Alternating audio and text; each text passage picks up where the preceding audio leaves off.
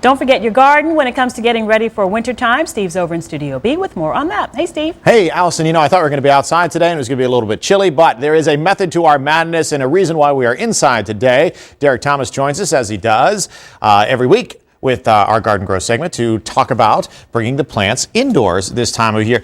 Some of these plants, it does get a little cold for them this time of year, doesn't it? Well, and there's been a big increase in tropicals in the garden. And what you want to do is, when you bring your plants indoors, first of all, ask yourself, how much was the plant, how important is it to bring it in? Right. And, you may have plants that are part of the family that you definitely put outside for the summer. And then you may have other plants that you bought. You made an investment in it. You made an investment in, you had it in your garden, it looked wonderful in the garden, and you want to ask yourself, do you want to bring it in? These plants you probably want to quarantine. You want to keep them separate from your indoor plants because you can bring in insect pest. Okay. The other thing that you want to make sure is that you have the proper lighting. We've got a lot of great lighting on the market these days. This is actually a floodlight that it reproduces the spectrum of sunlight. Complex fluorescents have also got into the biz of plant lighting. These are plant lights that are specifically designed for plants, but they are compact fluorescents, so you're going green. And that helps. You talked about the insects. What can we do to make sure that we don't bring those in with us along with the plants? Well, one other thing that you want to make sure is you see the leaves down here? Right. Don't sweat it. Plants have to acclimate when you bring them inside.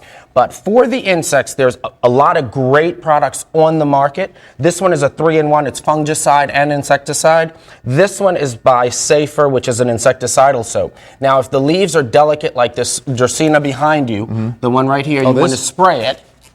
But if the leaves are a little bit bigger, like this one, what you actually want to do is take a sponge.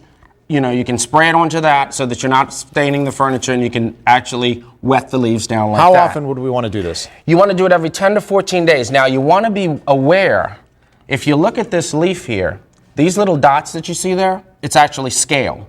So insects can be very crafty at the way that they hide.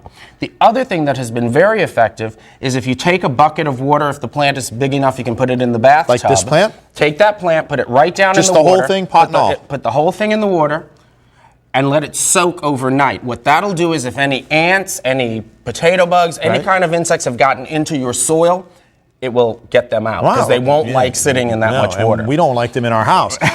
You brought some of these in, but you also have a little tip for us how we can do this cheaper, right? Absolutely. And organically. Dawn is a great dishwashing liquid, but it's also great for plants. More delicate plants like orchids, what you want to do is the Dawn is all natural, once again going green. You can use the Dawn. It's about 2 tablespoons of Dawn per quart of water. Mix it up yourself. If you don't want to buy this stuff, we can multitask. We don't have to go out and buy the fancy stuff, right? All right, so some good news there, Derek. Thanks so much, and hopefully, we can bring them inside. We can keep them healthy throughout the season, and hopefully soon we'll be talking about springtime and getting them back outside. Yeah, I'm ready for that already. All right, Allison, we'll send it back over to you.